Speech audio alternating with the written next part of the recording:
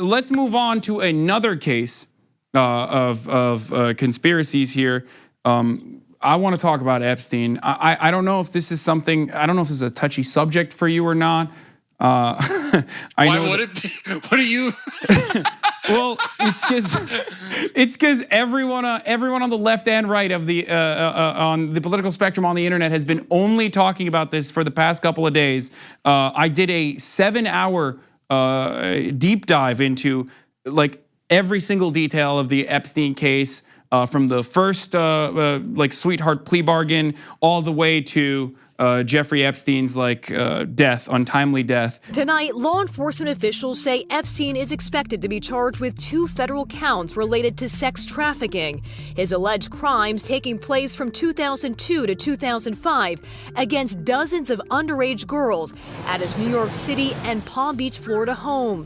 Jeffrey Epstein made his millions on Wall Street, counting among his high-powered friends Britain's Prince Andrew, former President Bill Clinton, even rubbing shoulders in the 90s with Donald Trump. And no one really knows how Epstein made all of his money. He operated a hedge fund with no quants or interns, no footprint of a trading operation, and no list of people who worked with him or for him. Despite having such high-profile friends, not much is known about Epstein's wealth or even his assets, which include a $77 million New York City mansion, a private jet, and a private island where this weird temple exists. Another widespread speculation is that Epstein is with intelligence. And these aren't my words. These are the words of former Labor Secretary Alexander Acosta, who gave Epstein his original sweetheart plea deal, which ended up hiding co-conspirators and ending a federal investigation that was also being conducted on Epstein at the time. Acosta was asked about his Epstein deal during his confirmation and reportedly said Epstein was above his pay grade and that Epstein belonged to intelligence.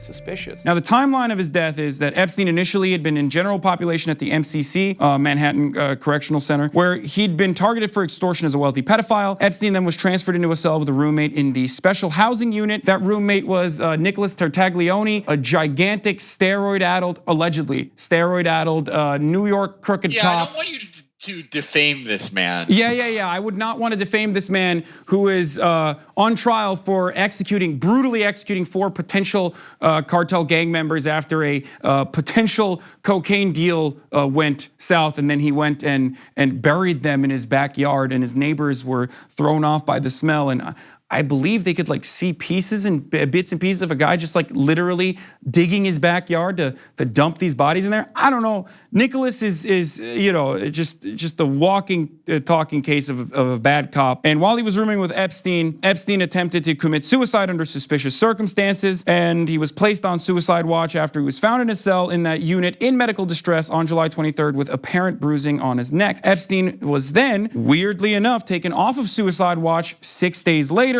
11 days after that, thousands of documents from a civil suit are released that provide lurid accounts of Epstein sexually abusing countless girls, linking Jeffrey Epstein and other wealthy people, even including a potential prime minister, Prince Andrew, to all of these child molestation that was occurring under Epstein's watch. And then on the night of August 9th, in a protective housing unit of the federal jail in Lower Manhattan, Jeffrey Epstein, the financier accused of trafficking girls for sex, is alone in a cell. Only 11 days after he had been taken off suicide watch. He was supposed to have been checked by 2 guards in the protective housing unit every 30 minutes, but that procedure was not followed on that night.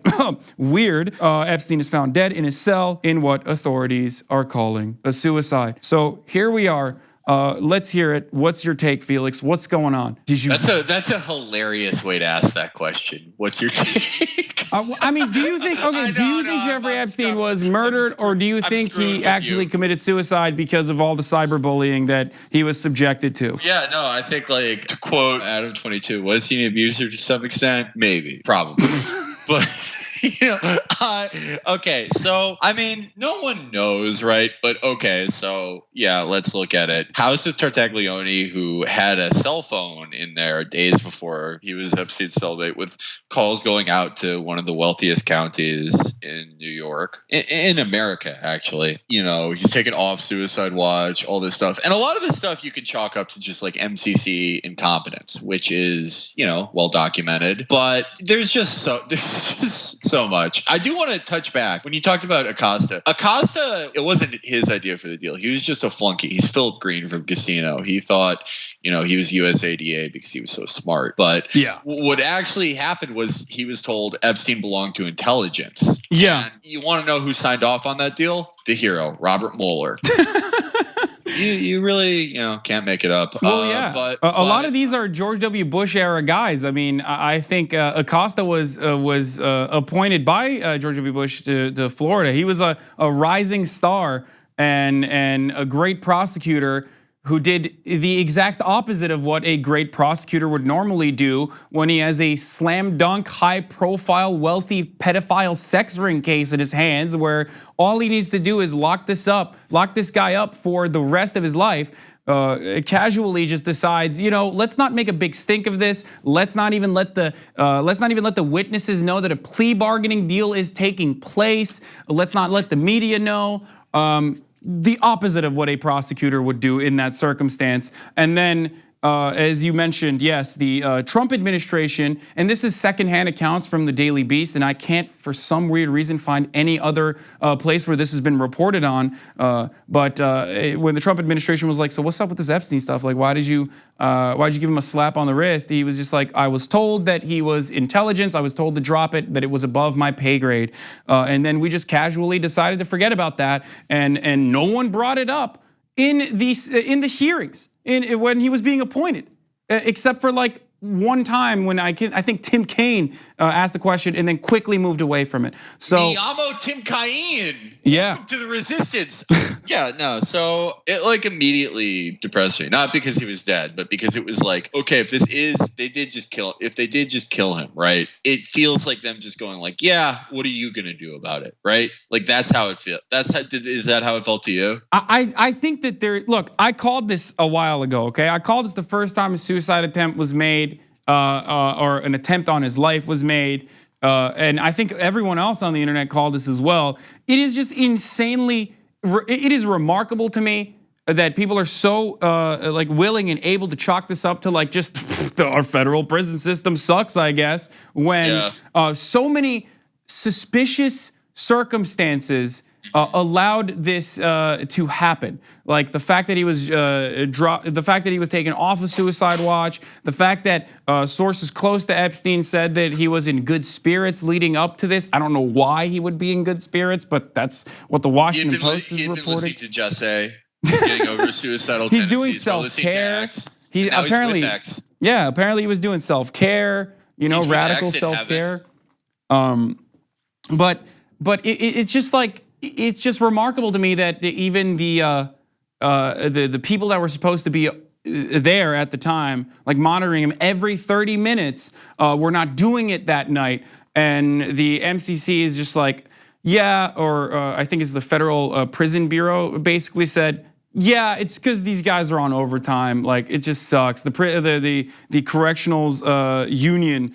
Members also mentioned that it's just these are the conditions. Like we're not getting paid enough, and that we just didn't have the appropriate amount of staff. I think they were on like overtime 5 nights in a row, so they just like decided to not check in on the most important like federal asset in this like ongoing international pedophile sex ring case. The only person outside of like his weird CDs that they found in his apartment, the only person who knows the truth and could potentially deliver us some form of justice and finally give us some answers on whether or not Alex Jones or the QAnon people, which I would consider to be op, and maybe even potentially backed by the CIA to cause disinformation campaigns to get us off the trail of like an actual international pedophile conspiracy.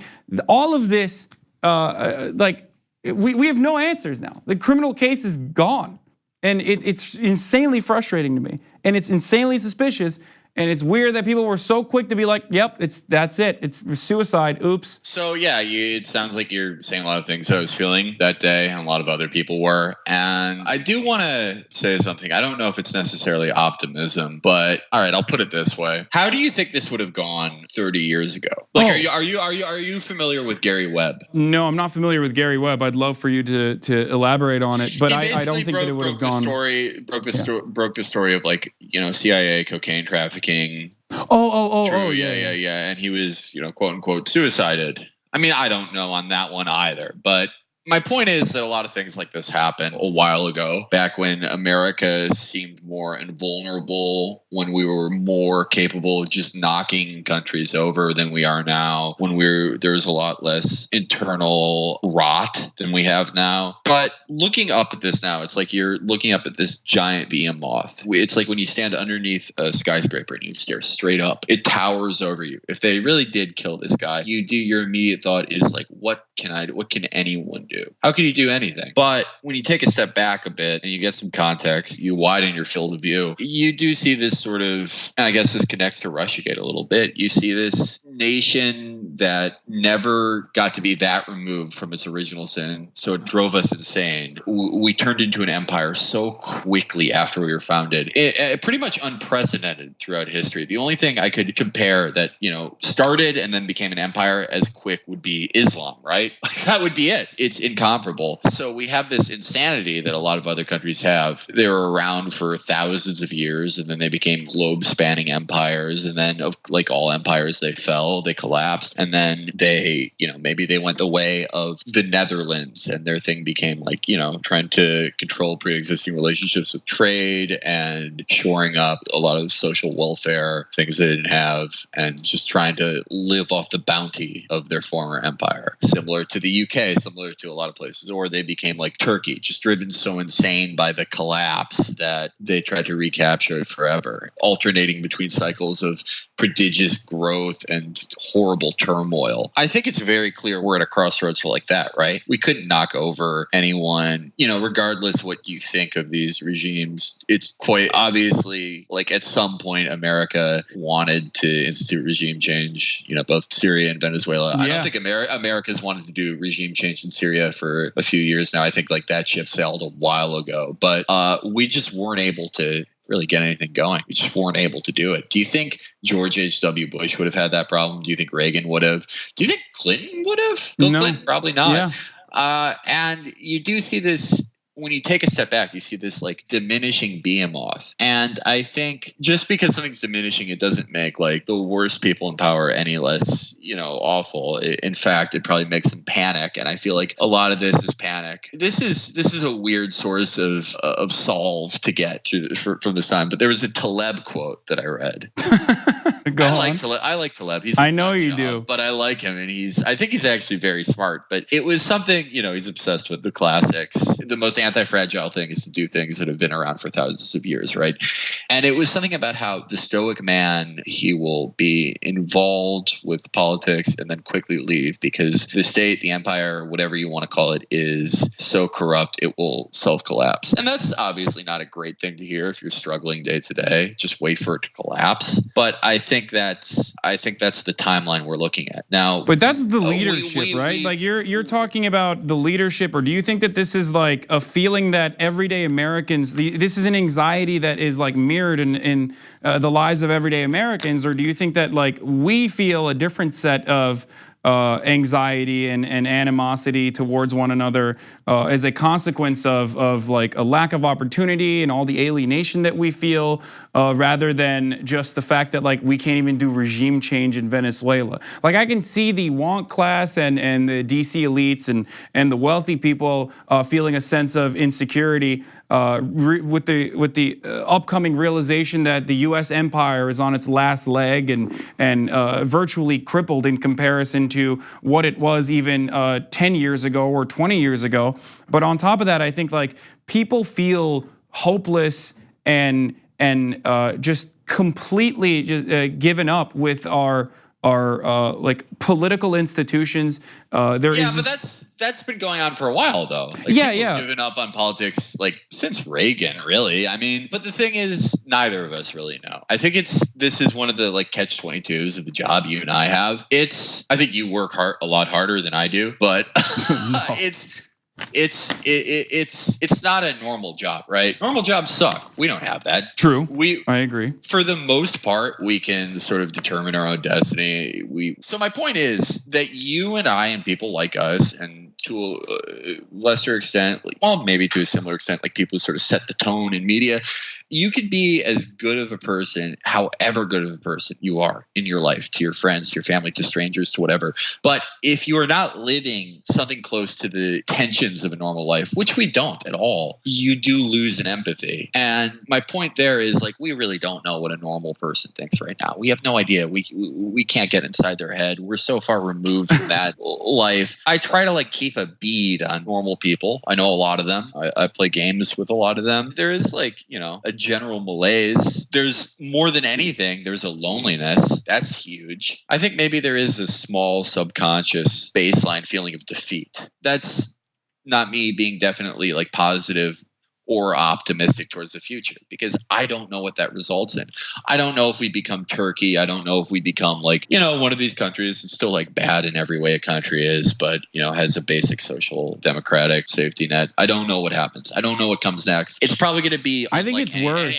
Anything we've ever seen, both good and bad, because there's no precedent for this. Yeah, I think we go worse than that. I think we go back to like rise of fans of the Weimar Republic in Nazi Germany days in America, considering that fascism is a much more effective way of controlling the population, and also it fits perfectly with a white supremacist ideology that America was built upon. So that kind of like weird spiritual, mythological understanding of like whiteness and this concept is something that I feel like a lot of alienated young men long for. And while America is incredibly diverse, I think that's like substituted itself to maybe like an American nationalism that will look a little bit more unique than the fascist states that we've seen in the past. But right. I do think that that's where we're headed down, unless we have modest social democratic reforms and a couple W's on the board. Thanks for watching this free clip of the Young Turks. Don't forget to become a TYT member today. For more exclusive content, join now at tyt.com/join.